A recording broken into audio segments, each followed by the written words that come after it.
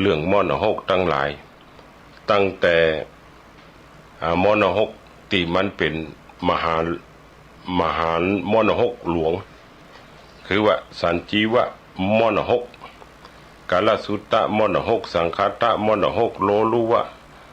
มหามรหกมหาโลลุวะมรหกอย่างนี้เป็นต้นคือว่ามรหกนี่ตั้งแต่500 ปันแล้วก็ไล่ขึ้นมาถึง2 ปันถึง4 ปันเนาะแล้วก็เมื่อมาถึง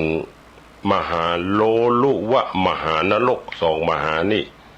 อายุขุมมรหกเนี่ย8 ปันก็คือเริ่มตั้งแต่500 ปัน2 ปัน4 ปันแล้วก็8 ปันซึ่งขนาดว่ามหาโลลุวะมหานรกนี่ซึ่งเป็นมรหกที่มีแต่ความครวญคราง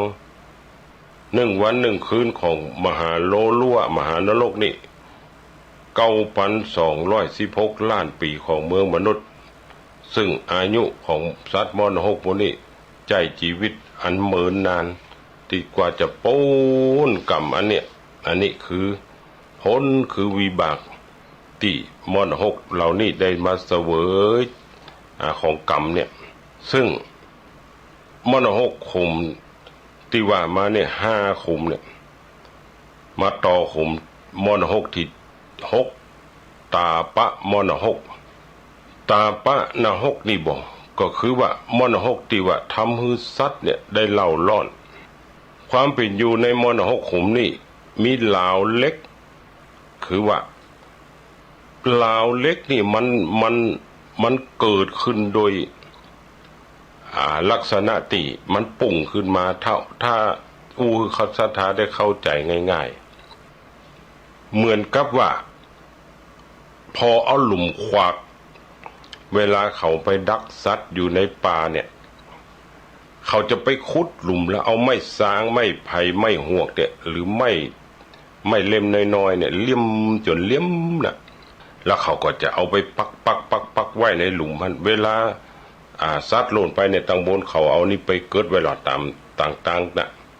เขาทำเครื่องหมายไว้เขาก็เอาไม้อ่อนๆเนี่ยไปกายไว้เนี่ยแล้วทีนี้ก็เอาตองอย่างเอาขี้ดินเขาโรยหญ้าเขาปกเนี่ยสัตว์มันไปถึงมันก็ไปตกในหลุมมันน่ะจ้างก็ยังตกได้นะศรัทธาญาติโยมทั้งหลายอันเนี้ยซึ่งมันเป็นมรหกขุมเนี่ยที่ว่าทำให้สัตว์ได้เล่าร้อนอันว่าเล็กแหลมที่มันปุ่งขึ้นมาที่บ่มันใหญ่เท่าต้นตาลนี่ใหญ่เท่าลำตาลเนี่ยแดงปึ้งลึงเป็นไฟถึงหมดซึ่งมีเป็นหลายหมื่นหลายแสนเล่มนะที่มันปุ่งขึ้นมานี่นะที่นี่ลาวเล็กแต่ละอันนี่บอกก็จะมีสัตว์มรหกเนี่ยเสียบอยู่ปลายลาวอันมีเปลวไฟปุ่งขึ้นมาจากตั้งเก้าเหลาเล็กเนี่ย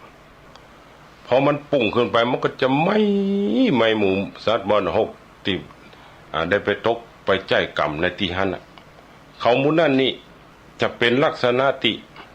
มีสถานะที่ไฟลุกอยู่เต็มตัวติดอยู่ปลายเล็กน่ะปลายหอกปลายดาบปลายเล็กแหลมนี่แหละซึ่งเมื่อมันได้ลุกเผาเนี่ยมันจะไหม้ตั้งแต่หนังตั้งแต่ทั้งหมดอะร่างกายเหมือนเฮาเผาคนนี่แหละเหมือนเฮาเผาผีจีกระดูกนี่แหละมันก็จะลุกปลายฮะนะซึ่งปิงยางอยู่ฮะนะคือหมู่สัตว์มรหกเนี่ยดินจนว่าหนังซุกหนังป้องเนี่ยโดยอำนาจไฟมรหกพอไฟลุกแล้วนี่สัตว์มรหกนี่ก็หนังซุกหนังป้องน่ะก็จะมีหมามรหกนี่หมามรหกนี่มันจะมีรูปร่างประหลาดแถมใหญ่นี่เต่าจ้างนี่แล้วก็ห้องเสียงกึกก้องดังเสียงนี่ยังกับฟ้าห้องเหมือนกับว่าหิว หิวกระหายแล้วก็ล่นเข้ามานี่พอล่นเข้ามาแล้วตัวมันใหญ่หรอกมันก็จะงับเอาหมูสัตว์ที่เผาน่ะมาสิกินเกี้ยวกินมันยังว่าลำแตะลำบากประมาณนั้นจนว่าหมูสัตว์บนหกที่เหลือแต่กระดูกนี่กำยังหมดนะอันว่าพอบางอันนี่ตายพอตายปรากฏว่าลมปัดมาแล้วแบบเดียวกันทุกขุมร่างกายนั้นก็ปีคืนมาตามเดิมนะอันว่าสัตว์พวกนี้ก็จะคบกินเกี้ยวกินเนี่ยอันว่าเมื่อตอนที่มันเกิดนี่บอกมันจะไปเสียบอยู่ปลายเล็กเนี่ยจ่าโยมผาบานนี่ก็จะกำหอกกำดาบเนี่ยกำหอกกำดาบเนี่ยปั้งแตงคือมันขึ้นไปอยู่บนเหล่าเล็กนี่จนได้อะพอขึ้นไปเนี่ยบอกพอไปคือโดนบังคับไล่ขึ้นไปหรอกผลที่สุดก็ไปย่ำอยู่ปลายเพราะปลายเนี่ยกำเดียวอะไรไฟลุกหูอยู่แล้วก็ซุบมันก็แตงกันอย่างนั้นน่ะแตงตายเกิดตายอย่างเงี้ยอันนี้เกณฑ์มอนหกขุมนี่บอกอายุได้16,000 ปี1 วัน 1 คืนเนี่ยเท่ากับ184,212 ล้านปีของมนุษย์บุพกรรมของมนุษย์ใจบาปหยาบจ้าที่ไปตกอยู่ในมอนหกขุมนี่คือว่าได้ประกอบอกุศลกรรมมีความโลภโกรธหลงอย่างเช่นว่าเป็นพรานที่ได้ล่าแตงสัตว์ได้กำเอาเล็กเหลาหมดเนี่ยหอกธนูเนี่ยเอาปืนพ่องมันไล่ยิงสัตว์ทั้งหลายที่มันหนีตายนะพอโดนฆ่าอย่างมาแล้วก็เอามาเลี้ยงชีวิตซึ่งก็เอามาเลี้ยงถึงครอบครัวเนี่ยซึ่งเขาก็บ่ได้กลัวบาปกลัวกรรมเนี่ยได้ใจชีวิตอันเนี้ยเป็นอันทุกข์ทรมานอันนักศรัทธาญาติโยมลูกหลานทั้งหลายที่นี่ในปัจจุบันนี่เขาจะหันการทำกรรมของหมู่คนทั้งหลายนี่มันใจเครื่องมือสมัยใหม่เนาะมันเลยทำมือพอเขามูติฆ่าเนี่ยมันเป็นลักษณะที่ดุดันอย่างเช่นว่าตั้งทะเลที่ว่าไปปลาวานนี่โอ้มันตายเอาปืนฉมวกตีแบบ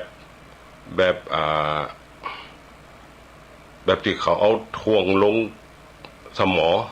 นะลักษณะน่ะเหมือนสมอเฮือนน่ะแต่ว่ามันเลี่ยมยาวกันเนี่ยยิงไปเนี่ยใจเหมือนเขายิงปืนเนี่ยกะยิงไปเพราะว่าป่าวานมันตัวใหญ่ดูต่างยิงหรอกมันยิงลงมามันโผล่หัวออกมาเนี่ยยิงในระยะไกลเหมือนยิงปืนเนี่ยยิงเข้าไปแล้วชุบเอาล่ะพอไปติดก็จักเจียกขึ้นมาแล้วนี่ป่าวานก็ดิ้นตั้มผลที่สุดก็เอาปัญจันยกขึ้นมาใส่เหืออย่างเงี้ยพอไปตั้งที่ตั้งประเทศที่เป็นหนาวเนี่ยตั้งขั้วโลกเหนือขั้วโลกใต้ที่เขาจังฆ่าสัตว์เนี่ยบางเตือนนี่แมวน้ำกาหยังกาเนี่ยโอ้ยมันไปเนี่ยแต่งตั้งมีควายพ่องงัวควายจ้างมาเนี่ยมันฆ่าแบบโหดกันแท้ๆนะซึ่งอย่างหมู่คนที่หุ่มฆ่าเนาะก็ไปซ้อเอามากินก็คือว่าง่ายๆเขาพูดบ่ฮู้กรรมอ่ะแล้วก็กรรมมรณะนี่ก็คือว่าอย่างสมมติว่าอันเนี้ยเป็นมรณะที่มีความเล่าร้อนอยู่ตลอดเวลาวันคืนนี่184,212 ล้านปีของมนุษย์อันเนี้ยในอัตถกถาบอกว่าตกกันเป็นพุทธันดรไม่ได้ล่ำมาเนี่ยพระพุทธเจ้าเพิ่นถึงว่ามันนักเกินน่ะส่วนมากคนที่เขาสังเกตมาตั้งแต่สันชีวะมรณะมาโดยลำดับจนมาถึงขุมมรณะหลวงตาป้านรกเนี่ยอันคนหมู่นี่แม่เฮ้ย ที่มันได้แจ้กรรมเนี่ยรุนแรงขึ้นหรอมันคนที่บ่ฮู้จักศีลจักธรรมบ่อันเด้อแล้วก็ไปทำบาปทำกรรมก็คือว่ายังเป็นนายพรานเนี่ยไปไล่ฆ่าจิ้นกินเปิ้นเนี่ยแม่เอ้ยมันรุนแรงอ่ะแล้วบางเตือนเนี่ยเฮาพอเด้อการที่คนเฮาเนี่ยเอาปืนไปยิงกันฆ่ากันเนี่ยมันโหดเหี้ยมหรอมันโหดเหี้ยมซึ่งบ่ได้กลัวบาปกลัวกรรมอะไรยังอ่ะมหามนหกหลวงคุมที่7มหาตาปะนรกตะกี้มันตาปะนรกนี่มันเป็นมหาใหญ่กว่าเปิ้นฮอกมหาตาปะนรกมนหกที่เต็มไปด้วยความเล่าร้อนคือว่ามนหกขุมเนี่ยลึกกว้างมีกำแพงเล็กลุกเป็นไฟเนี่ยอันว่าในกำแพงอันกว้างขวางและใหญ่โตนั่นมันมีดอยเล็กเนี่ยลุกเป็นไฟเนี่ยตั้งอยู่เป็นลูกตำตั้งปืนนั่นแล้วก็อันว่าตั้ง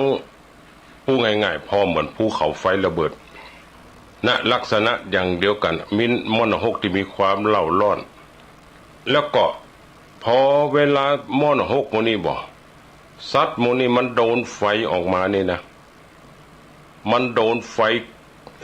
ตั้งออกมายังเดียวกับลาวาที่มันไหลนะ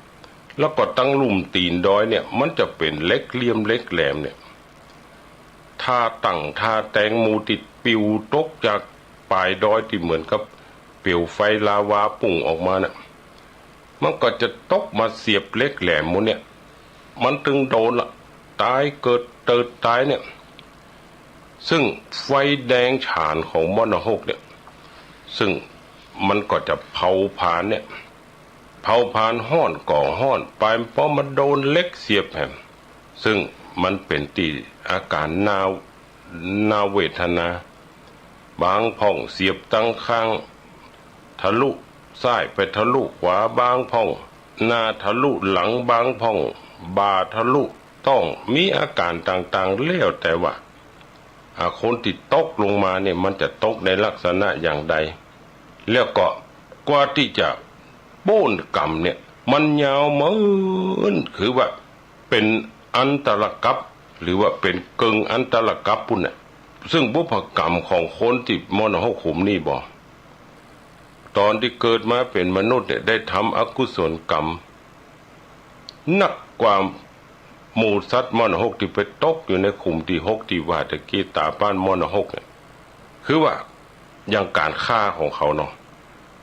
ฆ่าคนสัตว์เนี่ยถือตายเนี่ยเป็นหมู่บัดทำไม่ได้คำนึงถึงชีวิตเขาชีวิตเฮาเนี่ยคนไผ่บัดสนใจละอายโดยอำนาจอกุศลก็มาตกอยู่ในขุมมนหกเนี่ยอันเนี้ยอาตมาถึงว่าคนเฮาเนี่ยบางเตือนเนาะมันจะเท็จจะจริงก็บ่ฮู้เนาะอย่างการที่คนเฮาสร้างสถานการณ์เป็นสถานที่ปลอดเชื้อเนาะทีนี้ไก่บ้านไก่เจ้าบ้านไก่นิดๆน้อยๆตามที่เพิ่นเจ้าบ้านเลี้ยงกันเนี่ยอยู่บ่ได้เพราะว่าต้องถูกเอาไปขว้างได้หลุมอย่างที่หลายปีที่หันมาไก่ดีก็ตายไก่ตั้งใดก็ตายปัดตกปัดเสียงมันจะมาเกี่ยวข้องกับมนหกขุมนี่ก็ซึ่งไก่ดีๆเนี่ยตายหมดอันว่าไก่ที่อยู่ในฟาร์มในอย่างที่เหมือนจะว่าเป็นลักษณะจุคือฆ่าอันนี้ก่อนจุอันคือฆ่าเอาสัตว์พวกนี้ซึ่งก็ตัวเก่าจะได้ขายของลักษณะเนี่ยอันนี้ก็น่าคิดเหมือนกันกรรมวิบากอันเนี้ยมันยากน้อสถานทั้งหลายแล้วแต่ว่าบุคคลผู้ใดจะทำอย่างใดกรรมอันใดแล้วทีนี้มนหกหลวงคุมที่8มนหกขุมเนี่ยเปิดห้องว่าอเวจีนรกมนหกซึ่งปราศจากคลื่นของความเบาบางของทุกข์อันนี้หมายความว่ามนหกขุมเนี่ยตี พระเตวตัดนางจินจามานาวิกาเนี่ยพระเจ้าสุปพุทธมุนีใบมาตกจมอันว่าหมูสัตว์มนหกเนี่ยที่ได้มาตกจมเนี่ยคือว่าไฟกับความตุกคือว่ามนหกขุมนี่นะมันบ่มีเวลาโอกาสที่จะยั่งเลยมันจะฮ้อนลุกอยู่ตลอดเวลาบ่มีจ้องว่างบ่มีการหยุดพักเมื่อสัตว์ได้ตกเขาเวทนาในหลุมมนหกขุมเนี่ยมันถึงบอกว่าสังเวชสุดลันทดบ่มีสร้างบ่มียุดเป็นมนหกขุมใหญ่กว่าบรรดาขุมมนหกตึงมดล้อมรอบไปด้วยกำแพงเล็กอันลุ่งโลดลุกโชนไปด้วยเปลวไฟตั้งไหนเนี่ยฮ้อนไหม้สัตว์มนหกทั้งหลายอยู่เนืองนิดตึงกลางวันกลางคืนบ่ว่างเว้นสัตว์ที่อยู่ในบริเวณนั้นมีจำนวนนักแล้วก็นักกว่าขุมมนหกอื่นๆเบียดเสียดยัดเยียดทุกขเวทเวทนาหลายอิริยาบถคือว่าเคยยืนทำบาปก็ต้องมายืนทนทุกข์ทรมานอยู่เคยเตียวทำบาปก็ต้องมาทนทุกข์อยู่กับการเตียวเคยนอนทำบาปก็ได้นอนใจวิบากเสวยทุกข์อยู่ในอเวจีมนหกเนี่ยทำกรรมอย่างใดก็จะต้องได้กรรมอย่างนั้นคือว่าหมู่คนที่ได้ทำกรรมนัก5ประการในเมืองมนุษย์อย่างที่ว่าไปเนี่ย1ปิตุฆาตฆ่าป่อหรือใจคือคนอื่นฆ่าป่อตัวเก่า2มาตุฆาตฆ่าแม่หรือใจคือคนอื่นฆ่าแม่ตัวเก่า3พระอรหันตฆาตฆ่าพระอรหันต์เจ้าคือตายหรือใจคือคนอื่นฆ่าพระอรหันตาเจ้าคือตาย4ทำลายพระสัมมาสัมพุทธเจ้าถึงเลือดห่อหรือว่าโลหิตห่ออย่างพระเตวทัตกิ้งหินลงจากเขาคิจกูฏอันเปิดห้องว่าโลหิตุปาทบาทแล้วก็มาถึงอันที่5ทำสังฆเพศยุยงพระสงฆ์ให้แตกแยกกันกรรม5อย่างเนี่ยเมื่อเขาได้มาตกนะเขาจะตกขุมมนหกอันเนติวยุแย่งแต่งหัวฆ่าป่อฆ่าแม่ฆ่าพระอรหันต์เนี่ยทำลายพระสัมมาสัมพุทธเจ้าอันเนี้ยมันก็จะเป็นพระสัมมาสัมพุทธเจ้าเนี่ยถ้าจะนับไปก็ยกเข้าไปอยู่ในพระพุทธรูปนั่นแหละคนที่ไปทำลายพระพุทธรูปเนี่ยอย่างที่อาตมาว่าไปเนี่ยมีพระองค์หนึ่งที่มันจังไปเผาไปตัดไปเอาน้ำกรดทำลายพระพุทธรูปนะพอเด้อเนี่ยมนหกขุมเนี่ยหมู่กุมวันเนี้ยบักขุมได้ก็ขุมหนึ่งเอาเวจีตำลงไปเนี่ยอันว่าได้ทำกรรมนักเนี่ยอนันตริยกรรมเป็นกรรมที่ห้ามสวรรค์ห้ามนิพพานอย่างพระเตวทัตเนี่ยพระเทวทัตนี่เป็นกู้อาฆาตกับพระสัมมาสัมพุทธเจ้าตั้งแต่ตอนที่เข้ามาบวชแล้วหรอซึ่งพระสัมมาสัมพุทธเจ้าก็โพธิเมตตาอย่างที่เคยเล่าไปแล้วนะตอนที่บวชนั่นเนาะสากยะวงศ์เนี่ยเจ้าสากยะทั้งหลายเนี่ยพัทธิยะอนุรุทธะอนันทะพระคุกิมพิละเทวทัตพร้อมกับโดย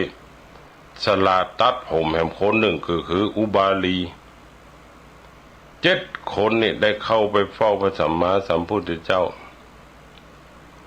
ซึ่งตอนที่เข้าไปนั่นพระพุทธเจ้าของเฮานี่ประทับอยู่ที่อนุปิยะอัมพวันได้เป็นสาวกซึ่งพอบวชแล้วเนี่ยพระอุบาลีเนี่ยซึ่งเป็นสลาตัดผมเนี่ยซึ่งเรากษัตริย์ทั้งหลายนี่นะถึงหมดเนี่ยคือว่าพัทธิยะอนุรุตอนันทะพระคุกิมพิละเทวทัตเนี่ยยอมคือพระอุบาลีนี่หรือว่านายสลาตัดผมอุบาลีเนี่ยเป็นผู้ที่ได้บวชก่อนเพื่อที่จะยอมยกเพื่อลดทิฐิเวลาปงอาบัติกันกาหรือว่าการเคารพกันเนี่ย ก็จะเคารพกันที่อาวุโสคือว่าลดทิฐิตัวเก่าในการเป็นเจื้อพระวงศ์เพื่อที่จะได้ประหารกิเลสอันเนี้ยเพื่อลดทิฐิมานะพอว่าศรัทธาญาติโยมการลดทิฐิซึ่งพอบวชแล้วเนี่ยพระพัทธิยะได้บรรลุพระอรหันต์พระอนุรุตก็ได้บรรลุพระอรหันต์อันนี้ก็ลูกพี่ลูกน้องกับพระสัมมาสัมพุทธเจ้าอย่างที่ว่าไปนั่นนะแล้วก็พระภักขุพระกิมพิละก็ได้บรรลุเป็นพระอรหันต์พระอานนท์ได้โสดาบันพระเทวทัตได้ฌานของปุถุชนแต่บ่ได้คุณธรรมอันวิเศษเมื่อพระสัมมาสัมพุทธเจ้าประทับอยู่ที่กรุงโกสัมพีแคว้นวังสะเมื่อลาภสักการะบังเกิดขึ้นกับพระพุทธเจ้าเหล่าสาวกเป็นอันนักซึ่งเจ้าเมืองโกสัมพีได้ทานผ้าทานยุกทานยาเนี่ยอันเนี้ยข้างพุทธกาลเนี่ยก็ทานผ้าทานอันอย่างคือมันเป็นของหายากสมัยนั้นแต่ชาวบ้านชาวเมืองเปิ่นได้ทานผ้าทานเข้าอาหารเนี่ยหมู่พระเทวทัตเนี่ยก็อิจฉาแล้วก็ผลที่สุดเนี่ยไปขออนุญาตแยกสงฆ์จากพระสัมมาสัมพุทธเจ้าเนี่ยจนไปคบพระเจ้าอาชาดศัตรูลูกพระเจ้าปิมพิสารซึ่งตอนที่เข้าไปคบน่ะพระอาชาดศัตรูลูกพระเจ้าปิมพิสารบ่ฮู้จักบาปบุญคุณโทษนั่นแหละบ่ฮู้ดีฮู้ชั่วเนี่ยแต่พอเข้าไปเนี่ยก็เลยได้ลาภสักการะจากพระเจ้าอาชาดศัตรูลูกพระเจ้าปิมพิสารซึ่งไปแสดงฤทธิ์คือหันนั่นแหละผลที่สุดเนี่ยได้เอาฤทธิ์ที่มันเป็นฌานโลกีเนี่ยไปสำแดงเนี่ยอย่างเช่นว่านิมิตงูเนี่ยคือเป็นสร้อยสังวาลลงมาจากอากาศเนี่ยพระเทวทัตก็เนี่ยได้นะแล้วก็ลงพอเนรมิตงูเนี่ยเป็นสร้อยสังวาลลงมาจากอากาศนั่งบนตักพระเจ้าอาชาดศัตรูเนี่ยซึ่งแม้แต่พระเจ้าอาชาดศัตรูเนี่ยเป็นกุมารอยู่ก็ได้เกิดความศรัทธาในพระเทวทัตอย่างนี้เป็นต้นผลที่สุดเนี่ยเมื่อพระเทวทัตได้รับการอุปถากจากกุมารอาชาดศัตรูเนี่ยก็เริ่มมีความลำพองพยองโจนได้ทำกรรมเนี่ยซึ่งหลายครั้งนาทีพระเทวทัตลงมือทำเนี่ยอย่างกิ้งหินลงจากเขาคิดจะกูดก็อย่างที่ว่าโลหิตตุปาทบาททำให้เลือดห่อที่ข้อพระบาทพระเทวทัตเนี่ยคือพระเจ้าอาชาดศัตรูเนี่ยปล่อยจ้างนาราคีรีตกมันเนี่ยซึ่งก่อนที่จ้างนาราคีรีนี่มันจะตกมันเนี่ยเอาไปมอมเหล้าก่อนเนาะเอาเหล้าคือกินถึง16 บ่อก่อนนะคือจ้างมันกินเพื่อที่จะทำลายพระสัมมาสัมพุทธเจ้าแต่ว่าโพดิสุดจ้างแล้วก็มอบหยอบเอางาซับดินลงเนี่ยมันก็เลยกลายเป็นอันว่าสยบต่อปารมีของพระสัมมาสัมพุทธเจ้ากรรมของพระเทวทัตเนี่ยตั้งแต่ยุยงคือพระเจ้าอาชาดศัตรูฆ่าพระเจ้าพิมพิสารทรงนายขมังธนูไปยิงพระสัมมาสัมพุทธเจ้ากิ้งบหินลงจากเขาคิจกูฏเพื่อที่จะลอบปลงพระชนพระสัมมาสัมพุทธเจ้าหรือว่าปล่อยจ้างนาราคีรีก็ดีสิ่งตั้งหลายตึงหมดเนี่ยมันเป็นเหตุการณ์ที่พระเจ้าอาชาดศัตรูเนี่ยซึ่งตอนที่พระเทวทัตได้คบเนี่ยได้ร่วมมือกันตอนนั้นน่ะประชาชนคนในเมืองเนี่ยในเมืองลาดจะคือในข้างนั้นได้ปากันอู้โจดขานกันว่าในหลวงคบคนพาลในหลวงคบคนพาลเนี่ยคืออู้ถึงพระเจ้าอาชาดศัตรูเนี่ย ซึ่งตอนนั้นพระเจ้าพิมพิสารตายแล้วเนาะพระเจ้าอาชาตศัตรูเนี่ยได้เป็นกษัตริย์เนี่ยเขาเลยห้องในหลวงคบคนผานคือคบพระเทวทัตเนี่ยโจดขานกันไปจนผลที่สุดเนี่ยถ้อยคำของเจ้ามหาชนทั้งหลายเอิ้นออกไปทำให้เกิดความละอายใจได้สั่งยกเลิกสำหรับกับเขา500ชนิดที่เคยอุปถากพระเทวทัตแล้วก็ละบัญญัติบ่คืออาหารแก่พระเทวทัตเจ้าเมืองก็เหมือนกันก็บัดถวายอาหารแก่พระเทวทัตผู้ที่ได้คิดผิดเมื่อพระเทวทัตเสื่อมจากลาภก็ยังบัดสิ้นมานะทิฏฐิแล้วก็ไปอู้กับพระสัมมาสัมพุทธเจ้าเนี่ยว่า1ขอภิกษุทั้งหลายคืออยู่ป่าตลอดชีวิตรูปใดอยู่ในละแวกบ้านต้องโทษในพระวินัย2ภิกษุทั้งหลายควรจะแอวบิณฑบาตตลอดชีวิตถ้ารับกิจนิมนต์ต้องโทษตามพระวินัย3ภิกษุทั้งหลายเพิ่งควรถือผ้าบังสุกุลเป็นนิดรูปใดหับจีวรติสัทธาถวายต้องโทษตามพระวินัย4ภิกษุทั้งหลายเพิ่งถือการอยู่ปื้นก็ไม่เป็นนิดรูปใดอยู่ในติมุงติบังคือกุฏิต้องโทษตามพระวินัย5ภิกษุทั้งหลายบ่ควรจะไปกินหรือฉันปลาฉันจิ้นตลอดชีวิตรูปใดละเมิดฉันต้องโทษตามพระวินัยพระพุทธองค์หมั่นยอมพระพุทธจงนี่หู้หมดแล้วว่าอันใดเป็นกุลอันใดเป็นโทษเปิ้นก็เลยบอกว่าอย่าเลยเทวทัตอย่าได้ทำอย่างนี้ผู้ใดปรารถนาฉันก็ทำตามนั้นผู้ใดอยากให้ไปอยู่ป่าก็ไปแล้วก็พระองค์ก็บัญญัติว่าอันว่าเนื้อมังสะ10อย่างเนี่ยห้ามฉันเนื้อจ้างเนื้อหมีเนื้อเสือโคร่งเสือดาวเสือเหลืองเนื้องูเนื้อหมาเนี่ยพระพุทธเจ้าพูดถึงบอกคือฉันหรอกแล้วก็ห้ามพระสงฆ์ไปอยู่ในที่แจ้งตอนที่เวลาหน้าฝนเนี่ยมันอันตรายมันจะเกิดเป็นพัดเป็นไอเป็นไข้เนี่ยเปิ้นบ่ฮือไปอยู่จะไปอยู่ได้ก็ตั้งยามแล้งอย่างเงี้ยเนี่ยพุทธเจ้าพูดถึงบ่อนุญาตหรอกฝ่ายพระเทวทัตก็บัญย้อมปาทำสังฆเพศนี่ได้กระทำอนันตริยกรรมเนี่ยจวนกันออกไปเนี่ยพระโกกาลิกะเนี่ยพระกาลุทายีเนี่ยมันปากันไปจวนหรอกจนโพธิสุตพระพุทธเจ้าคือพระโมคคัลลานะพระสารีบุตรโตยเอาปีกมาอย่างที่เคยเล่าไปนั่นแหละผลที่สุดพระเทวทัตพอหลับไปตื่นขึ้นมาพระปิกไปหายไปกึ่งว่าไปหมดเจ้าน้อยๆโอ้เสียใจกระอักเลือดออกมาเนี่ยผลที่สุดพิษหัวกันก็พระโกกาลิกะพระโกกาลิกะเข้าหยอกเลยเนี่ยโอ้มาหู้คิงแล้วทีนี้ก็แตกกันไปโกกไปเล่าล่ะบ่เหลือไผล่ะก็จะมาหู้คิงก็จะมาสู่มาพระสัมมาสัมพุทธเจ้าก็คือตัวเจ้าที่เป็นยังเหลือก็มาหามาที่จะมาหาเจตวันตัวเจ้าหมู่นั้นกำลังอาบน้ำพระเทวทัตก็ใครอาบน้ำหรอกก็เลยพอบัญญัติว่าลงเตียงที่ป่วยอยู่แล้ว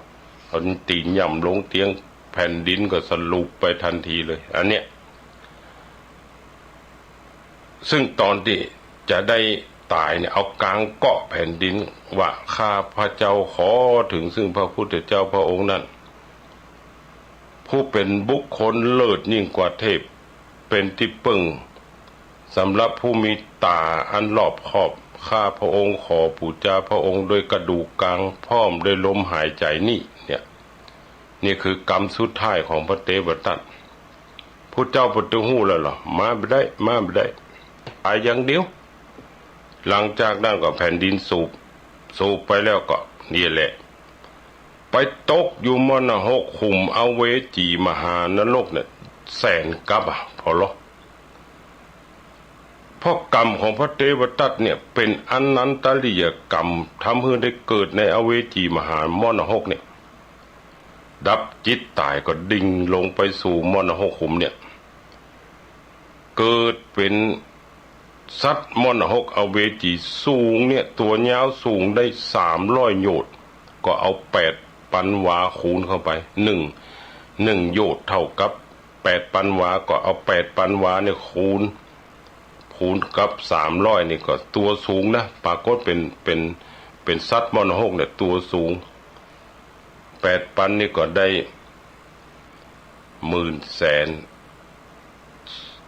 2,400,000 มรณะยาวได้2,400,000เนาะโยชน์2,400,000 วาสูงนะพูดโทธรรมโมสังโฆมันจะสูงปานใดมรณะหกขุมนั่นเนี่ยที่ว่าสัตว์มันไปตกเนี่ยมันเป็นลักษณะของจิตนะศรัทธาอาตมาขอย้ำแหมเพราะว่ามันเป็นลักษณะติดจิตเนี่ยได้ทำบาปกรรมเนี่ยมันตกเพราะนั้นจิตเนี่ยสามารถที่จะแปลงเป็นตัวน้อยตัวใหญ่เนี่ยมันตามกรรมนั่นแหละเพราะจะยิ่งตัวใหญ่ก็จะได้ห้องรับกรรมที่เขาได้ทำไว้นั่นแหละพอไปตกเนี่ยร่างกายของพระเทวทัตในมรณะหกเนี่ยยืนสนิทนิ่งเบาไหวแล้วก็อยู่ในห้องสี่เหลี่ยมนี่นะที่เต้าที่สูงเนี่ย2,400,000 วานี่นะสูงนะมันจะสูงขนาดใดก็นึกเอาเถอะทีนี้หัวนี่นะกุงเพดานแล้วก็หูของสัตว์มรณะหกตัวเนี่ยก็ถึงตีนะแล้วก็ตีเนี่ยจมลงไปในหลุมเล็กในแผ่นเล็กนี่นะถูกกึงว่าลาวนี่นะลาวนี่ล้ำเต่าต้นตาลเนี่ยแตงออกมาตั้งหลังเนี่ยคือตั้งออกมาจากตั้งหลังพดทะลุไปทางหน้าปลายเล็กแหลมถึง2 ข้างเนี่ยติดอยู่กึงกับฝาแล้วก็มีลาวแหมอันหนึ่งแตงทั้งขี้ข้างซ้ายไปทะลุขี้ข้างขวาซึ่งปลายลาวทั้งสองนั้นก็ติดอยู่ที่ฝาอย่างเดียวกันก็คือว่ากังไว้ว่าอันเดิมอันลาวเล็กใหญ่เนี่ยซึ่งมันเป็นลาวมหึมาเนี่ยเนาะเสียบตั้งแต่กลางกระหม่อมของพระเทวทัตแต่ตั้งบนนะยาวลงเนี่ยไปสุดออกหูทวารบนน่ะ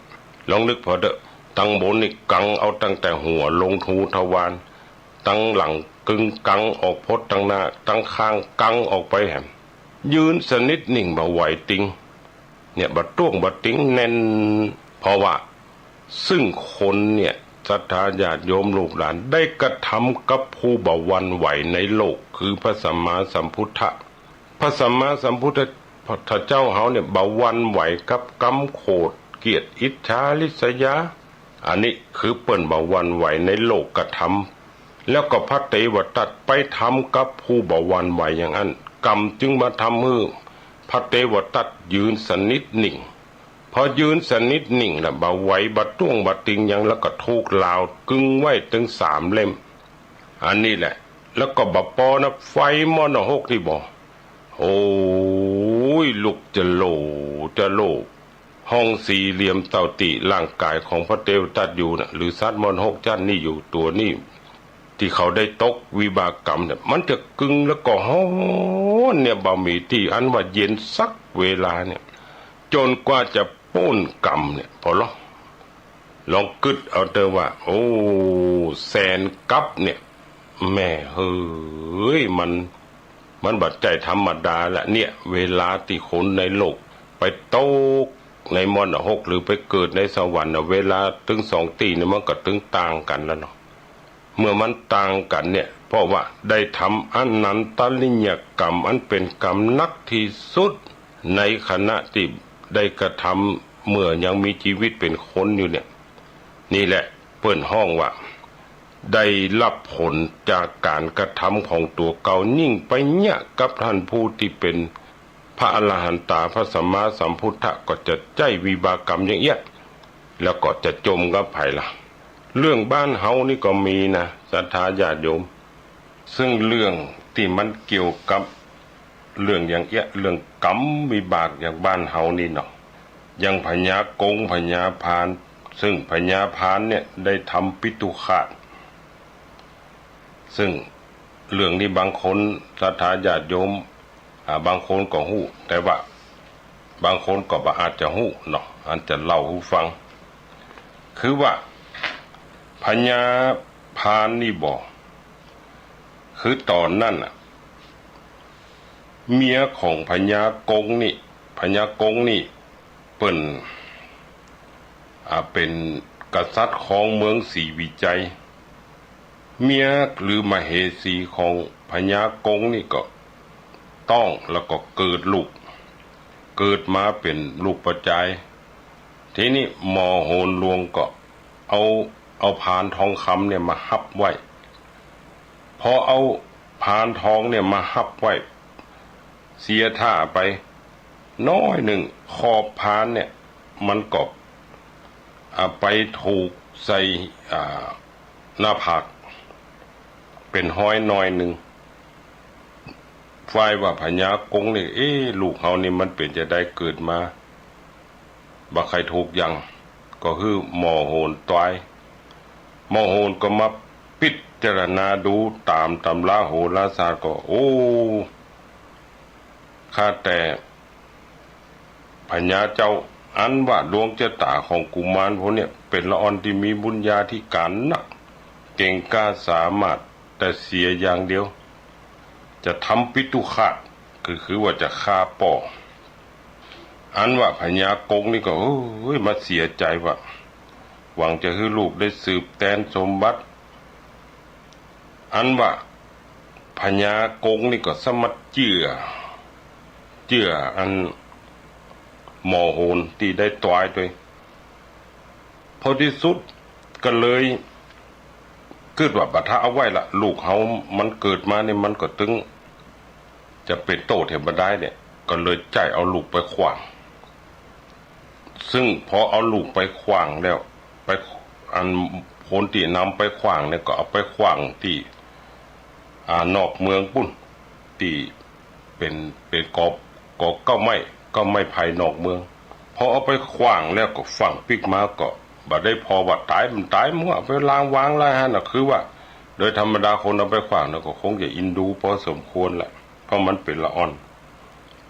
เกิดใหม่เนี่ยมันก็คล้ายๆกับลักษณะก็จีนก้อนหนึ่งว่าอันเดอแห้งกาเนี่ยก็บินลงมาว่อนล่ะมันใครกินแต่มันก็กินมาได้เพราะว่าละอ่อนคนนี่มันเป็นละอ่อนที่มีบุญญาธิการอย่างที่ว่านี่แหละผลที่สุดก็มีเจ้าบ้านที่มันอาศัยอยู่ที่หั่นคือว่าเขาย้ายคนนี้มันก็ไปเตียวมันปิกบ้านย้ำนั่นมันก็ไปปะใส่ละอ่อนพวกนี้หันแห้งกาเนี่ยมันจับล้อมกันอยู่ที่กอไผ่เนี่ยมันอันอย่างเกิดขึ้นก็เตียวไปพอก็หันละอ่อนนอนอยู่ก็เลยมีเกิดความฮักละอ่อนแต่อีก็เอาปืนมาขว้างก็อินดูก็เอามาเลี้ยงพอใหญ่ขึ้นก็เลยตั้งชื่อใส่ว่าหนูพานก็แปลกเหมือนกันนะชื่อคนเฮานี่ก็ยังที่ว่านี่แหละเปิ้นก็บ่ได้ตั้งกันมาแต่เพียงแต่ว่าละอ่อนคนนี่ลูกพญากงนี่ถูกพานทองคำฮับแล้วก็สมัดต่ำใส่หน้าผากแค่น้อยหนึ่งและยายหอมนี่ก็ขึ้นว่าเอามาใส่ชื่อเป็นหนูพานนี่ก็แปลกดีเหมือนกันเนี่ยเอามาเลี้ยงโจรใหญ่ละอ่อนนี่ก็ใหญ่ขึ้นมาก็เป็นคนหู้บุญหู้กุญก็จ่วยยายหอมแปลงให้แปลงบ้านแปลงการแปลงงานเนี่ยได้ก่อนเนี่ยซึ่งยายหอมนี่มันต้องใจหนูพานนี่ก็เป็นที่ฮักของยายหอมโจนว่าใหญ่ขึ้นมาก็มาหันแต่ยายบ่หันพ่อหันแม่ก็มาหันแต่ยายหอมนี่แหละก็มากึดใจว่าเนี่ยจะใดนี่ถามยายก็บ่ฮู้เพราะว่ายายมันก็บ่ฮู้ก็ได้เล่าให้ฟังตั้งแต่ว่าไปปะที่หั่นเนี่ยผลที่สุดนายพานนี่โตใหญ่ขึ้นมาก็เป็นหนุ่มอายุได้15 ปีก็กึดใจใครไปขึ้นมาเอวตั้งเหนือก็ขออนุญาตยายหอมนี่ก็ห้ามขอคืออยู่กับยายเถอะฝ่ายอยู่ต่อมาก็ลบเล่าโจรว่าวันหนึ่งก็จำเป็น ใครไปเหลือแกก็เลยปล่อยยายหอมก็เลยปล่อยนายพรานเนี่ยก็ไปจวนเปื่อนนุ่มก็ขึ้นไปด้วยกันฝ่ายว่านายพรานนี่กับเปื่อนเตียวขึ้นมาทั้งเนิดติ๊กติ๊กติ๊กจนมาถึงเมืองสุโขทัยก็มาปะวัดหนึ่งซึ่งปีของวิชาอาคมเนาะโจนว่าอายุครบบวชก็เลยได้บวชแล้วก็เรียนศึกษาธรรมวินัยอยู่2 ภาษาแล้วก็เสร็จแล้วก็ศึกษากรรมฐานศึกษาวิชาอาคมกับท่านสมภารเนี่ยอยู่ได้มา2 ภาษาก็เลยลาสิกขาก็เลยได้คือสิกไปในเดือน4 วันศุกร์คืน10 ค่ำตามเลิกอยู่ต่อมาเนี่ยไฟว่าเจ้าเมืองกรุงสุโขทัยซึ่งเปิ้นก็เป็นเจ้าเมืองก็ได้ฝันไปในคืนนั้นไกลแจ้งว่ามีพานทองเนี่ยลอยมาจังตั้งใต้เนาะลอยมาแล้วก็เข้ามาหาพระเจ้ากรุงสุโขทัยสะดุ้งตื่นมันเป็นความฝันที่แปลกประหลาดเล่าคือข้าราชบริพารตั้งหลายฟังเนี่ยเขาตั้งหลายก็ว่าเป็นคำฝันอันแปลกอยู่ต่อมาในวันนั้นปรากฏว่าแต่งคนตายไปหลายคนพอแต่งคนตายไปหลายคนนี่ก็กวานจ้างที่เพิ่งก็บ่สามารถจะยับได้เนี่ยอันจะยับจะได้ล่ะจ้างนี่มันเป็นจ้างที่ได้ดุสวกไปแล้วเนี่ยตกมันเนี่ยผลที่สุดก็เลยล่นไปเนี่ยจ้างก็ล่นไปในขณะที่มันล่นไปเนาะทิศพานหรือนานพานเนี่ยมันก็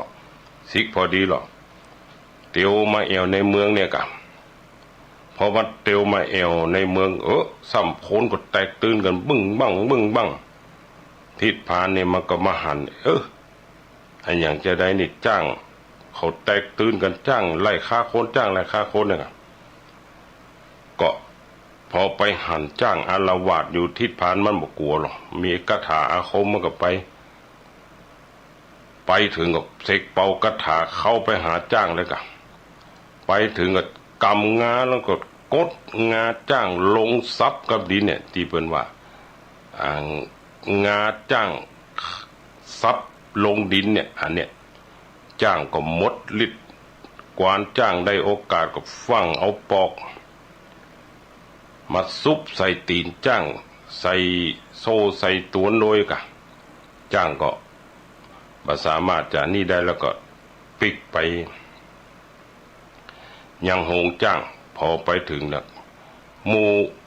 กรมวังทั้งหลายได้หันความสามารถของทิศพานนี่ก็เลยกราบทูลฮือพระเจ้ากรุงสุโขทัยได้ฮู้ฝ่ายว่าพระเจ้ากรุงสุโขทัยพอฮู้เนี่ยก็นึกแล้วล่ะอันนี้แหละคนดีมีวิจารเนี่ยมาเกิดละเหมือนที่ฝันนั่นแหละว่าพานลอยมาหาเนี่ย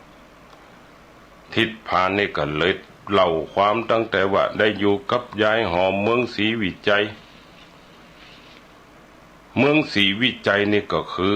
นครปฐมแล้วก็เมื่อได้ฮู้ข่าวว่ายายหอมเนี่ยอยู่ในเมืองศรีวิจัย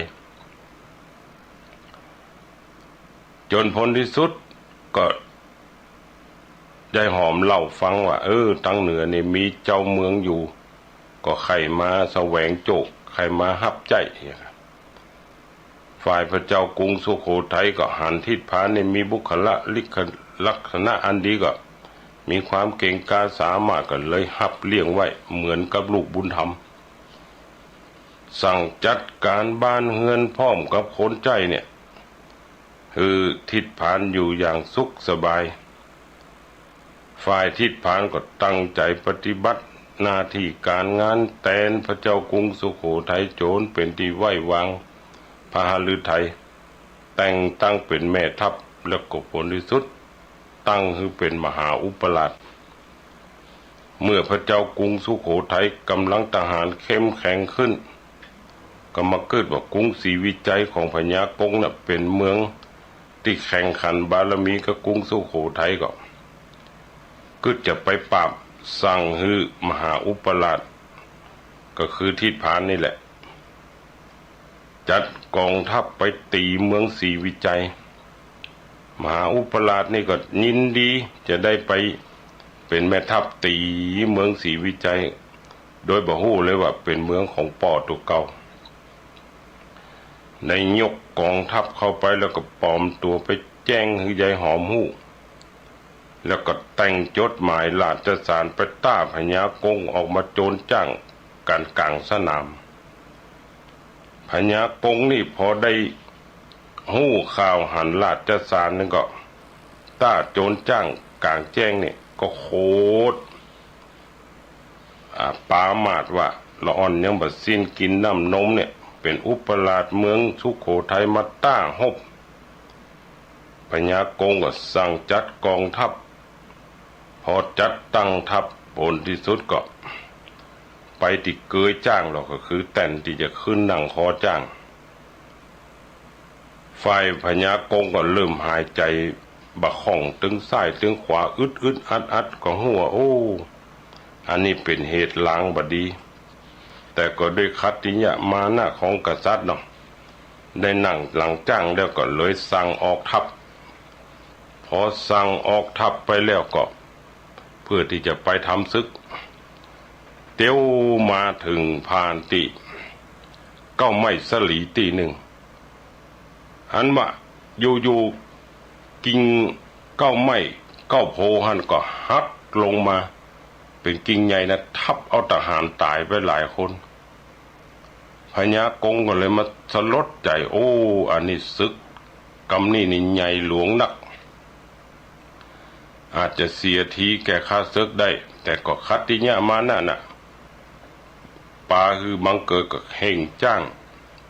โจรไปถึงตีต้าฮบกันกลางสนามฝ่ายจ้างของมหาอุปราชเมืองสุโขทัยก็ปุ่งเข้าใส่กันแล้วนี่พญากงก็ฟันด้วยพระแสงของเงาพญาพานลบพอได้ทีพญาพานฟันตอบพญากงลบบัดทันก็ถูกฟันคอปุ๊บทันทีเลยพอหมู่ไพ่พลเมืองศรีวิจัยหันกองทัพพญาพานได้ทีก็ตีกระนำเข้าเมืองศรีวิจัย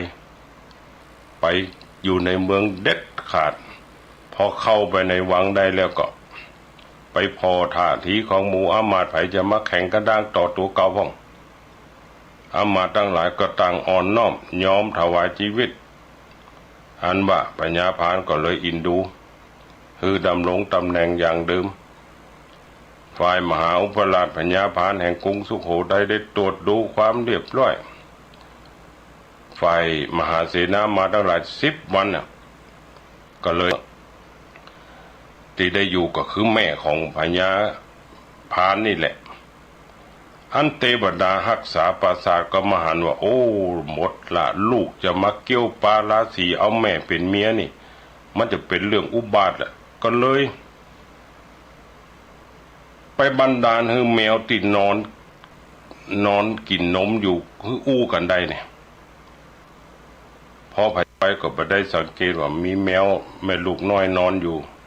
กำลังกินนมกันเข้าไปก็เตี้ยวข้ามหัวแมวเข้าไปฝ่ายว่าลูกแมวเนี่ยก็เลยอู้กับแม่มันอ่ะอันว่าแม่เจ้าเนาะมนุษย์ใจบาปหยาบจ้าดูถูกดูแค้นนึกว่าเขาเป็นสัตว์มามีหัวใจเดินข้ามหัวเขาไปเนี่ยหันหมู่เขาเนี่ยเป็นสัตว์เดรัจฉานจะทำย่ำนี้อย่างใดก็ได้ฝ่ายแม่แมวเนี่ยก็เลยบอกบัดใจอย่างอันน่ะลูกเขาจะหยาบจ้าสามานยิ่งกว่านั้นเพราะว่าแม่ของเขาเองก็ยังกึดจะเข้าไปเกี่ยวพาราสีพูดโทพญาพานตกใจมันอันหยังกันนี่มันเป็นเสียงไผ่พ่อไผ่ก็มหันมิแต่แมวก็มาเกิดว่ามันเกิดอาเพศอย่างเนี่ยแมวมันอู้กันได้หรือว่ามเหสีของพระ พระเจ้าพญากงเนี่ยจะเป็นแม่ของเฮาแต่ก็เลยลองสัจจะอธิษฐานพอว่ากันบะเข้าไปปะมเหสีผู้งดงามของพญากงเนี่ยถ้าว่าเป็นแม่ของเฮาแต่เนี่ยขอให้น้ำนมเนี่ยไหลออกมาถ้าบัดใจแม่ก็ขอจะไปให้น้ำนมเนี่ยมีออกมาเลยพญาพานนี่ก็เข้าไปแต่กะปัจจะไปเกี่ยวพาราศีเนี่ยพอได้ตั้งสัตว์อธิษฐานอย่างนั้นก็ไปพอจักพาออกจากอกมเหสีของพญากงล่ะคือเอาพาออกจากอกแม่ปรากฏว่าน้ำนมของมเหสีของพญากงน่ะที่ถูกพญาพานฟันคอพุทธก็ไหลออกมาเนี่ยเป็นไปตามกรรมที่พญาพานได้อธิษฐานโอ้ยก็หู้ว่าเป็นแม่ของตัวเก่าก้มลงกราบขอขมาที่ได้ล่วงเกินถามความเป็นไปต่างๆนานามาเหสีแม่ก็เล่าให้ฟังตั้งแต่โหนหลวงทำนายตอยตักมาเนี่ยซึ่งมาหู้ตอนหลังว่าบัดเดี๋ยวนี้พญาพานได้ฆ่าปอกของตัวเก่าไปแล้วก็มาโคตรยายหอมที่บ่บอกว่าพญากงเป็นปอกสั่งคนไปยับเอายายหอมมาซึ่งความจริงยายหอมก็ยายหู้หรอก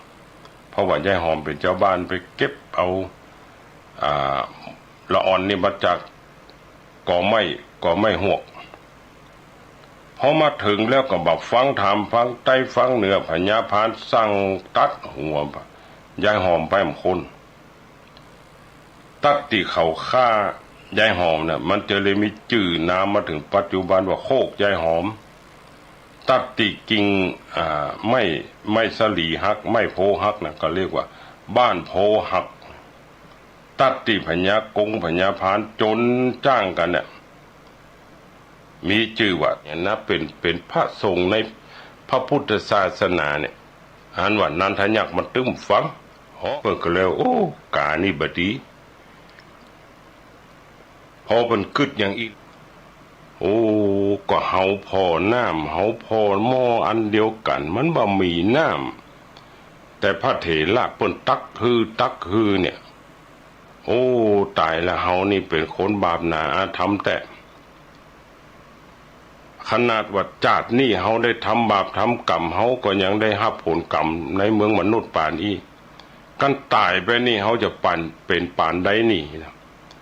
มันหู้ซึกสูมาลาโตกะกับเนี่ยสยดสยองสังเวชตัวเก่าละขนาดเมืองคนนะเนี่ยสถานญาติโยมพอเดินน้ำมีกินพอถึงเวลาที่พระเถระผลตักคือตักกินเอาผลที่สุดมันหู้ละหลอดตังหน้ามันถึงจะเดือดร้อนล่ะก็เลยขอเป็นขยมผลที่สุดกรรมไม่ธนูมาก็ฮักขว้างโจงเลยขออุปถักจากนั้นมาก็ขอบวชเป็นสามเณรผลที่สุดเนี่ยตั้งใจบำเพ็ญกรรมฐานอันนี้ศรัทธาญาติโยมพอนั่งกรรมฐานภาวนาเอาละกรรมเนี่ยบรรดาหมู่สัตว์ทั้งหลายที่ปูพานนี่ได้เคยฆ่าที่จัดที่เป็นปูพานเนี่ยล่นตัวมาลุ่มเอาล่ะยุ่งหยาบเอามันเป็นอย่างไรนี่ผลที่สุดนั่งกรรมฐานก็บัดได้เนี่ยจะได้นี่โอ้มันเหมือนกับเจ้ากรรมนายเวรมหาเวรแล้วหรอกสถานญาติโยมพอเด้อเนี่ยที่ว่ากรรมเวรเนี่ยมันโตยตันปันไข่แต่เพราะว่าได้เจริญกรรมฐานทำบ่ได้เพราะว่าตุกใจลูกหันมูกษัตริย์สิ่งง่อยที่เคยฆ่านะมันหล่นมาซับมาตอดมาครบเนี่ยไปจากใครซึกล่ะไปอุปชาขอลาสิกบอกความในใจตึงมดหือฟังพระมหาเถระเจ้าบอกว่าอันว่าสามเณรอันว่า ในก็จะซึกก็จะฮึดซึกมันตึ้มเป็นหยังอันเอาอีธรรมดาจะไปซึกเนี่ยมันต้องกวาดวัดกวาดวาให้เรียบร้อยเนาะไปเพียวทะถางวัดอย่างให้เรียบร้อยดีงามแล้วก็ก่อยซึกใบกิ่งไม้หญ้าทั้งหลายเก็บไปกองกันเป็นตีแล้วก็ก้อยเอาเผาไว้เนาะทีนี้ก็สามเณรมันก็ฮับกรรมมันก็ไปเลยนี่กวาดทะถางหญ้าไปกองไว้ทีหนึ่งหิมวัดบุญหิมติดกำแพงกิ่งไม้ในวัดมันก็สะสางให้หมดเรียบร้อยผลที่สุดพอปิกมาน่ะมาบอกอุปชาสำเร็จละกวาดเพียวยังก็ดีแล้วล่ะฝ่ายว่าพระอุปชาบอกว่าอันว่ากิ่งไม้มูลน่ะกองไม้มูลน่ะก็ย่ำซับเผาให้มันแล้วยะมันก็ว่าพระอุปชามันยังดิบอยู่วันหน้าถ้าซิกไปแล้วก็จะมาเผาหื้อผลที่สุดนี่ฝ่ายพระอุปชาว่ากันว่าละว่าอย่างอันมันไปดีจะได้สามเณรเอาไฟไปเผาให้เถอะซึ่งพระอุปชาเป็นพระอภิญญาก็สั่งไปมันก็เลยไปถึงกับปอกกับไฟกันจิกับไฟจิอย่างใดก็ได้มันตึงบัดได้ผลที่สุดพระมหาเถระเจ้าเปิ่นก็ใจอภิญญาพออธิษฐานเสร็จแผ่นดินแยกพอแผ่นดินแยกเนี่ยไฟมรณะหรอไฟมรณะติดอยู่ลุ่มมุลเนาะลุกจะโลเหมือนอย่างที่ว่ามาเมื่อกี้เนี่ยตั้งแต่กาลสุตตะมรณะพ้นที่สุดบอกพอพระเถระเปิ้นหันเนี่ยอันมันก็หันนะสามเณรมันก็หันเปิ้นก็เลยยืดมือลงไปเอานิ้วก้อยนี่มาเกาะเอาไฟมรณะมาน้อยเดียวติดปลายเล็บพอมาถึงได้จากไฟมรณะมาเปิ้นก็เอามาเกาะลงติกองไฟกองใบไม้หลัวดิบมันพุบเดี๋ยวศรัทธาญาติโยมลูกหลานทั้งหลายไปมีว่ากองดิบวูบเดี๋ยวไฟไหม้จนปัดตกปัดเทียงเนี่ยปูดโถอันว่าเจ้าสามเณรเนี่ยมันหันอย่างอันน่ะโอ้ยสะดุ้งวาบพระอุปชาเพิ่นก็เลยว่าอันว่าสามเณรเฮ้ยถ้าเจ้าจะซิกไปออกจากพระพุทธศาสนาเนี่ยตายไปแล้วเนี่ยจะไปทนทุกขเวทนาในอเวจีมหามรณะเพราะบาปเพราะกรรมที่ได้เนี่ยฆ่าสัตว์ตัดชีวิตมาเนี่ยบัดใจน้อยๆเนี่ยควรจะยึดเอาศาสนาเป็นที่เปิ่งหรือปั่มเป่งทำกว่าจะได้บรรลุมรรคผลเตอะผลที่สุดเพื่อก็น่ะเป็นหนทางที่จะยกตัวเก่าคือพ้นจากมรณะได้เพราะว่ามรรคผลนิพพานนี่แหละจะเป็นสิ่งเดียวที่ดับเปลวไฟมรณะที่จะได้ไปตกเนี่ยคือมันบัดได้ไปตกละมันจะดับเปลวอันนี้ไปซึ่งสามเณรได้หันประจักษ์กับตาของตัวเก่าอย่างอันก็เกิดแล้วหรออุปชาเบิ่งก็ถามเน้นจะไปมรณะก็ว่าจะไปนิพพานจะไปพ้นทุกข์มันไปมีว่าศรัทธาญาติโยมทั้งหลายมันก็บ่เอาแล้วถ้าถึงตายมันก็สัมเป็ดลงมาเอาเวจีพอหันมรณะแล้วนี่อุปชาปัญญาคือหันพอขันก็ฤทธิ์เกิดอัศจรรย์ตั้งแต่วันแรกเนี่ยเปิ่นบ่ได้อย่างหรอกพอมาหันฤทธิ์หันเดชพระอุปชามันก็เลยบอกคือเป็นก็ผมบัดซึกแล้วพระอุปชาขอพระอุปชาเนี่ยได้สั่งสอนเด้อผลที่สุดเนี่ยเปิ่นก็เลยเน้นพวกนั้นก็ตั้งใจปฏิบัติไปเนี่ยโจนได้บังเกิดในคุณธรรมได้โสดาบันบุคคลบังเกิด ซึ่งก็เป็นอานิสงส์ที่บ่ต้องไปตก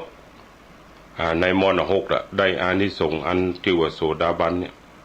อันนี้แหละศรัทธาญาติโยมพอไฟมรณะ6ที่บอกมันถึงโอ้เป็นอันเดือดร้อนหรอกและเรื่องที่ฆ่าสัตว์ตัดชีวิตเนี่ยเรื่องติมันมีเหมือนกันนะในเรื่องของบ้านเฮานี่นะคนที่ได้ทำกรรมทำเวรเนี่ยคือว่าเรื่องนี้มันมีเหรอในเรื่องนี้เปิ้นบอกว่ามีคนเนี่ยชื่อมันเป็นแม่หญิงเหรอชื่อว่าคุณศรีเวียงแล้วก็นามสกุลเวียงนนท์อายุ30 ปีอยู่บ้านเลขที่154/1ตำบลกุดกว้างหมู่ที่3ตำบลเมืองเก่าอำเภอเมืองจังหวัดขอนแก่นซึ่งเปิ้นเนี่ยสมัยตอนที่เปิ้นเป็นละอ่อนเนี่ยเปิ้นก็ได้มาหันกรรมของป่อเปิ้นเนี่ยซึ่งเปิ้นได้เล่าไว้ว่าตอนที่เปิ้นได้น้อยเนี่ยเจ้ามานี่นะป่อเปิ้นจะออกจากบ้านกับแม่นี่นะป่อก็ไปรับจ้างในตัวเมืองขอนแก่นเนาะกับเปื่อนบ้านเนี่ยทำงานก่อสร้างหลายปีลูกก็ใหญ่กันไปแล้วโจรผลที่สุดเมื่อลูกใหญ่กันไปแล้วแม่ก็เลยทำงานก่อสร้างด้วยกันเราก็เลยออกมาก้าขายทีนี้พอออกมาก้าขายเนี่ย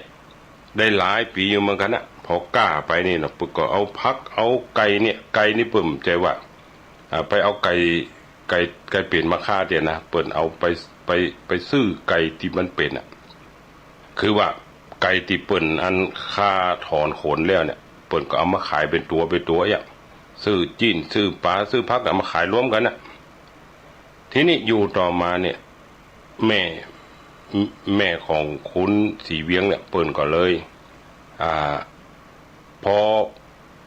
พอขายครัวไปเนี่ยไก่นี่มาขายดีว่ะดีกว่าพักก็ไม่ได้ราคาดีเปิ่นก็มาปรึกษากัน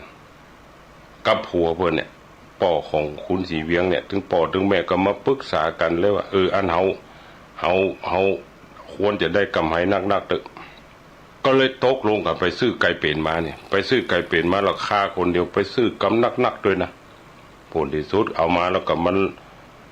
ฆ่าถึงวันนะกะจากวันละ3-4-5 ตัวเป็น10เป็น20แล้วกะกับเนี่ยโอ้ถึงนักขึ้นไปถึง30 ตัวต่อวันใดที่มีงานบุญซ้ำนักคนมาสั่งซื้อนักหรอก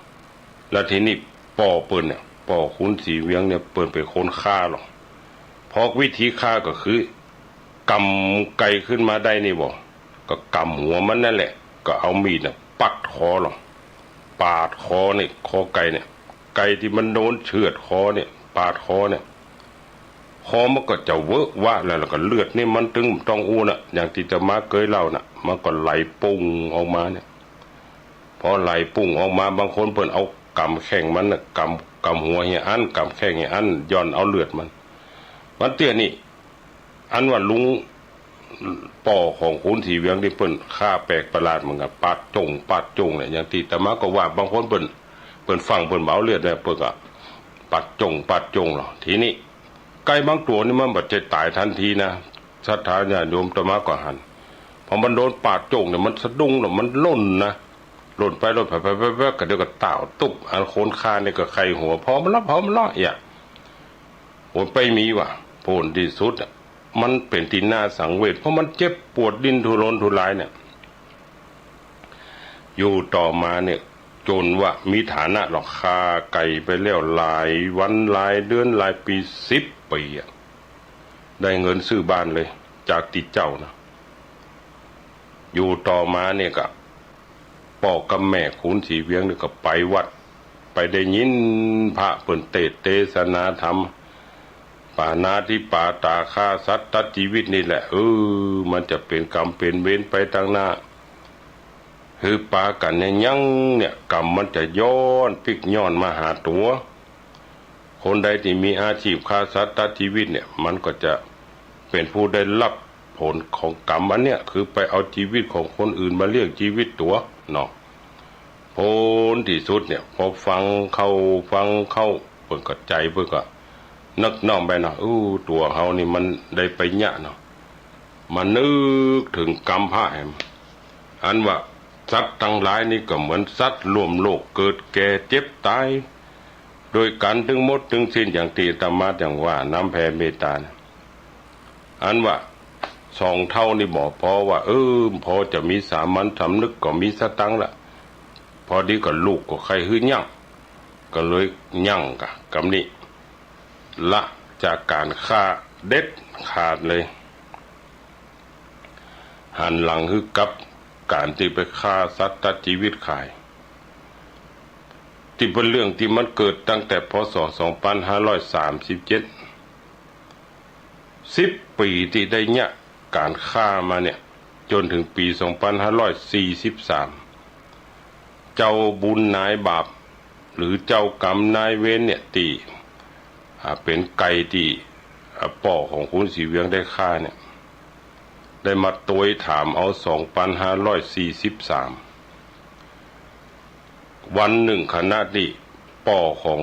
เปิ้นเนี่ยนอนรับเปิ้นฝันไปว่าป่อเปิ้นนี่นะตอนที่เปิ้นนอนรับเปิ้นฝันไปเปิ้นมันเล่าคือกับลูกเมียฟังเนาะว่ามันมีหมู่ไก่ฝูงไก่เนี่ยจำนวนนักปากันมาเนี่ยเตียวมาเนี่ยบัดใจน้อยๆปากันเตียวเพ่นผ่านอยู่ปื้นเหือนบุญส่งเสียงห้องจักเจ๊กกันน่ะอันว่าป่อคือป่อคุณเสียเวียงกันเลยลงจากเหือนกะไปพอว่าไก่มันเป็นไก่อย่างปลาล่ำปลาเหลียบพอไปลงไปพอปื้นกันล่างแต่อันไก่มูนั่นมันหันป่อคุณสีเวียงลงไปนี่ลุงคนนี้ลงไปก็ไปมีว่ะหันหน้ามาพร้อมกันก็ปุ้งเข้ามาแล้วนี่ปากันมัดโลนซับดีดปั๊มเนี่ยตึงแข่งตึงขาตึงหัวตึงตัวเนี่ยโจนว่าลุงคนนี้ก็โกนลงไกซับแผ่วหน้าแผ่วตาสะดุ้งตื่นตกใจกูฝันไปรู้นี่เนี่ยว่าอย่างนี้อยู่ต่อมาพึ่งปลายปี43ปรากฏว่าโรคเกิดล่ะเจ็บติอันเก้าลิ้นล่ะเจ็บติเก้าลิ้นพอเหมือนกับเป็นตุ่มแดงแต่ว่ามันเจ็บมันแสบมันปวดผลที่สุดก็นึกว่าลูกหลานเมียก็นึกว่าป่อนี่เป็นอันโรคในปากะก็เลยเสาะยามากินตามธรรมดาเนี่ยคือว่าเพิ่นก็คิดว่ามันคงเป็นบ้านเฮานี่ก็คงลักษณะเป็นขางเป็นช้างนี่แหละไปซื้อยาขางยานี่มากินก็บ่หายพ้นที่สุดเนี่ยเก้าลิ้นเนี่ยซ้ำเจ็บหนักขึ้นบัดดีขึ้นก็เลยส่งป่อไปหาหมอหงยาพ้นที่สุดหมอพิสูจน์ตรวจออกมาเป็นมะเร็งพ้นที่สุดอันว่าคนเท่านี้ก็ยังบ่ใครรักษาเดียวจำไม่ได้เป็นคนเดียวกับหายคนเดียวมันเนี่ยพอไปกวดแหมนี่มันลามแล้วนี่หมอก็บอกเป็นมะเร็งตีเริ่มลามละต้องฉายแสงอย่างเดียวพ้นที่สุดก็เลยจำเป็นต้องให้หมอรักษาเริ่มด้วยการผ่าตัดหรอกเพราะว่าก่อนจะผ่าตัดก็สั่งงดกินน้ำกินอาหารเนี่ยหลังเที่ยงคืนไปแล้วเนี่ยก็หลังแจ้งมาเข้าห้องผ่าตัดเก้าลิ้นเนี่ยลองคิดพอเริ่มจากการผ่าตัดนะหลังจากนั้นผ่าตัดเสร็จ2 ชั่วโมงอยู่ในห้องเข้าบ่าย 3ออก5 โมงแรงหลังจากนั้นคอเพิ่นคอของคนเฒ่าคนนี้พอว่าโดนมีดไปแล้วก็ ตัดเอามาเอาเจี้ยมาเฮงออกตอนแรกก็ดูดีอันว่าลูกเต้าเมียเนี่ยพอสภาพเนี่ยมันตึงเหมือนกับไก่โดนปาดคอจะอันน่ะเนี่ยมันปาดคอก็มาได้ตีคอนี่แหละศรัทธาลูกหลานญาติโยมทั้งหลายโพ้นที่สุดต่อมาก็ใจวิธีฉายแสงเนี่ยฉายไปฉายมาฉาย2 เดือนฉาย2 เดือนฉายเนี่ยอยู่ต่อมาเนี่ยก็ดีขึ้นพอดีขึ้นปิกมาอยู่บ้านอยู่ได้มาเหมือน2 ติดเอาแล้วเจ็บคอกำเริบขึ้นฉายแสงต่อแหมอย่าไปไปเนี่ยนี่คือวิบากของกรรมโจรผลที่สุดเนี่ยคุณตีเปิ่นอันเนี้ยคุณสีเวียงเนี่ยเปิ่นกันเลยไปตั้งสัจจะอธิษฐานขอต่อเจ้ากรรมนายเวรของป่อคือนึกถึงไก่นั่นแหละของหัวกรรมของป่อคือไก่หรอกก็เลยอธิษฐานขอคือไก่ทั้งหลายเนี่ยจะไปมาจองกรรมจองเวรเตอะขอให้ได้อโหสิกรรมจะเนี่ยยังก็จะเนี่ยแล้วจะบวชชี้พามอุทิศส่วนบุญกุศลเฮือแยกโพ้นที่สุดวันหนึ่งคืนหนึ่งหลังจากอธิษฐานไปแล้วมาฝันล่ะพอเราศรัทธาญาติโยมทั้งหลายคุณสีเวียงเนี่ยฝันเลยไก่ทั้งหลายเนี่ยเข้ามาหาเราคือว่าได้ยินเสียงเนี่ยมันมีเสียงเป็นว่าสีเวียงเฮ้ยเจ้ามาขอชีวิตของป่อเจ้าเอาไว้เนี่ยมันขอบ่ได้หรอกเพราะว่าป่อของเจ้าเนี่ยมันทำกรรมไว้หนักเหลือเกินอย่างใดเขาจะต้องตายแน่นอนซึ่งรอแต่ว่าจะได้รับวิบากกรรมแห่งเมินแต่ใดแต่อันการที่ป่อของเจ้าเนี่ยได้รับผลของทุกขเวทนาในหนนี้เกิดจากโลกกรรมโลกเวรติป่อเจ้าได้ก่อเกิดขึ้นมานั่นเองพอหรอศรัทธาญาติโยมทั้งหลายโพนที่สุดก็เอามาเล่าคือป่อคือแม่ฟังทั้งที่ติป่อก็ยังบ่สบายเนี่ยอันว่าป่อแม่ก็นั่งฟังโดยอาการอันสงบป่อก็คงยอมรับในสภาพกรรมอันนั้นแหละที่ได้ทำกรรมคือปาดคอไก่นี่แหละโพ้นที่สุดอยู่ต่อมาการกำเริบเจ็บเข้าปวดไปรักษาชายมะเร็งโพ้นที่สุดรักษาอยู่บ่ได้สิ้นปี2543ถึงปี2545รักษาอยู่2 ปีเจ็บปวดทรมานเนี่ยจนผลที่สุด23 มกราปี45ป่อของคุณสังเวียนเนี่ยก็เลยตายไปอันเนี้ยศรัทธาญาติโยมก็พอเอาเรื่องกรรมเนี่ยเรื่องกรรมเนี่ยเรื่องที่ยกมาเล่านี่ต้องการใครคือศรัทธาได้หู้แห่งมุมแง่มุมหนึ่งหลังจากที่ฟังธรรมะในด้านของการประกอบชีวิตจังธรรมะจะไล่เลี้ยงมาตั้งแต่มงคลสูตรมีลิ้นปัญหาอภิธรรม7 กัมปีแล้วก็จะมาลงติกรรมนี่แหละมนต์6 สวรรค์เพื่อที่จะทำให้คนทั้งหลายให้ได้หู้ซึกแห่งพองว่าสิ่งที่พระพุทธเจ้าและพระพุทธศาสนากำสอนในพระพุทธศาสนานะบัดใจมีเรื่องอันใดอันหนึ่งเฉพาะและเรื่องกรรมเรื่องเวรนี่เป็นเรื่องจิตทั้งนั้นคนที่จะตกไปสู่ตีดีตีบดีก็ขึ้นอยู่ที่กับกรรมนี่แหละเพราะฉะนั้นก็ฝากไว้คือลูกหลานศรัทธาญาติโยมทั้งหลายได้พิจารณาเนาะอันเนี้ยคือผลของกรรมดีก็อยู่ที่ตัวเฮาบาดดีก็อยู่ที่ตัวเฮาพอผลของกรรมตั้งมนต์6 ถึง 8 ขุมเนี่ยดังที่เล่ามานี่เนาะวันนี้ก็ได้สมควรแก่เวลาในที่สุดนี่ก็ขอบุญกุศลที่ศรัทธาทั้งหลายญาติโยมทุกท่านได้ฟังธรรมมาด้วยดีขอบุญอันเนี้ยแผ่ไปคือถึงพ่อแม่ญาติกาสัมพันธวงศาเจือจาดเหล่ากอขกุลตลอดจนถึงเจ้าบุญนายคุณเจ้ากรรมนายเวรที่ได้ล่วงล้ำกรรมเกินคำขาลาวิญญาณนี้บีทากันมาเนี่ยทบใดเจนใดจาดใดก็ขอบุญที่ได้ตั้งใจฟังธรรมแผ่ไปหาเขาเจ้าต่านทั้งหลายเราหมดนั่นคือได้ปัตตานุโมทนาแล้วขอแผ่บุญนี้ที่มีเกิดจากการฟังธรรมไปหายังเทพบุตรเทวดาแม่ธรณีเจ้าที่เจ้าดัง เจ้าบุญนายคุณเจ้ากรรมนายเวรถึงหมดคือได้พัฒนานุโมทนาขุดหนักน้ำปรมัยไอศูนย์สวรรค์ขอคือได้อนุโมทนาแล้วและขอ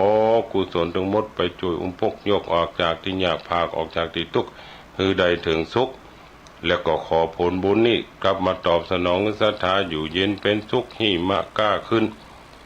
กิจนึกสิ่งใดเป็นไปในทางดีๆที่ชอบประกอบเป็นกุศลจงสำลิดผลดังมโนรสปรารถนาทุกคนทุกท่านเด้ออายุวันโนสุขังพะลัง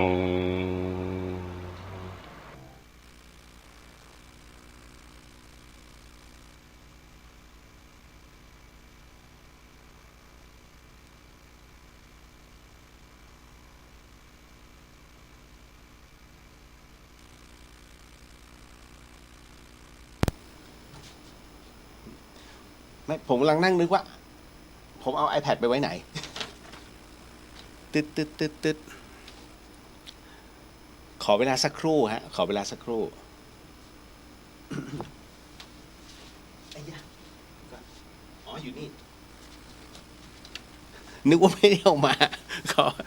ตายแล้วไม่ขี้ลืมขนาดนี้ ผมวางไว้ข้างๆ แต่มองไม่เห็นไงฮะ เอ๊ะไปไหนหนาเอามาละ เข้าสู่ในช่วง